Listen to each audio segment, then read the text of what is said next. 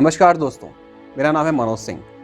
क्या आपको पता है कि किसी महिला की गिरफ्तारी सनसेट के बाद और सनराइज के पहले नहीं की जा सकती है, और यदि पुलिस ऐसा करती है तो वो गिरफ्तारी पूरी तरह से अवैध होगी।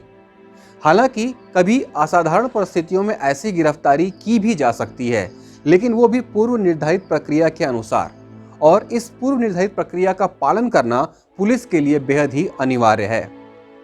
दरअसल सीआरपीसी का सेक्शन 46 हमें ये बताता है कि किसी व्यक्ति की गिरफ्तारी कैसे की जानी है, और इसी सेक्शन 46 का सब सेक्शन 4 हमें ये बताता है कि किसी महिला की गिरफ्तारी सनसेट के बाद और सनराइज के पहले नहीं की जानी है।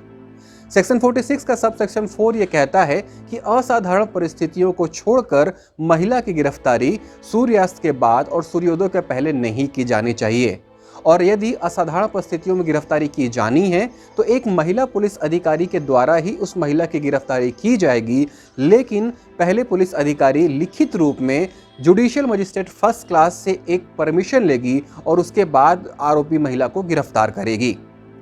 ये जुडिशियल मजिस्ट्रेट फर्स्ट क्लास उस क्षेत्र का होगा जहां पे महिला को गिरफ्तार किया जाना है या फिर जहां पे वो महिला ने अपराध किया है।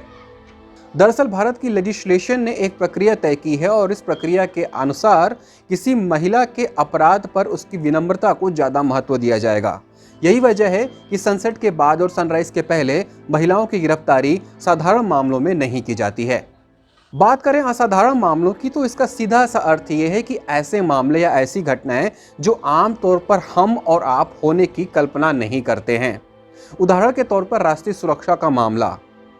आपको साध्वी प्रज्ञा सिंह ठाकुर का वो मामला तो याद ही होगा, जिन्हें मालेगांव ब्लास्ट केस में गिरफ्तार किया गया था, और उसके बाद उनकी गिरफ्तारी को लेकर काफ़ी आलोचनाएं भी हुई थी। यानी कि एक्सेप्शनल सर्कमस्टेंसेस के अलावा सेक्शन 46(4) के अंतर्गत किसी महिला को सनसेट के बाद और सनराइज के पहले गिरफ्तार नहीं किया जाएगा, और यदि पुलिस ऐसा काम करती है तो वो गिरफ्तारी पूरी तरह से इल्लीगल होगी।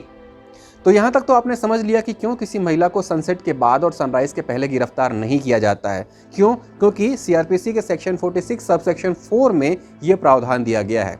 लेकिन आपको ये भी पता है कि जो भारत के कानून है उसका लगातार उल्लंघन भी किया जाता रहा है। तो कोई ऐसी परिस्थिति हो जो कि असाधारण न हो, उसके बाद भी पुलिस एक महिला को इन परिस्थितियों में गिरफ्तार करे जबकि सूर्यास्त हो चुका हो और सूर्योदय अभी तक नहीं हुआ हो, तो फिर वो महिला क्या करेगी? तो इसके लिए संविधान में यह प्रावधान है कि वो महिला आर्टिकल 22 के तहत अपनी गिरफ्तारी को लेकर आर्टिकल 226 के तहत हाई कोर्ट और आर्टिकल 32 के तहत सुप्रीम कोर्ट जा सकती है, क्योंकि ये एक महिला के मूल अधिकारों का उल्लंघन होगा। तो इस तरह से आपने जाना कि किसी महिला को क्यों सूर्यास्त के बाद और सूर्योदय के पहले गिरफ्तार नहीं किया जा सकता है, और जब भी उसकी गिरफ्तारी की जाएगी तो बाकायदा एक महिला पुलिस अधिकारी का वहाँ पे मौजूद होना अनिवार्य है।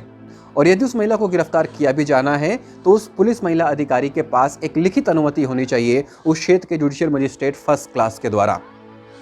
सीआरपीसी के सेक्शन 46 सब सेक्शन 4 के अंतर्गत सनसेट के बाद और सनराइज के पहले किसी महिला की गिरफ्तारी से संबंधित leading case Bharati S Khandhar versus Maruti Govind Jadwar है।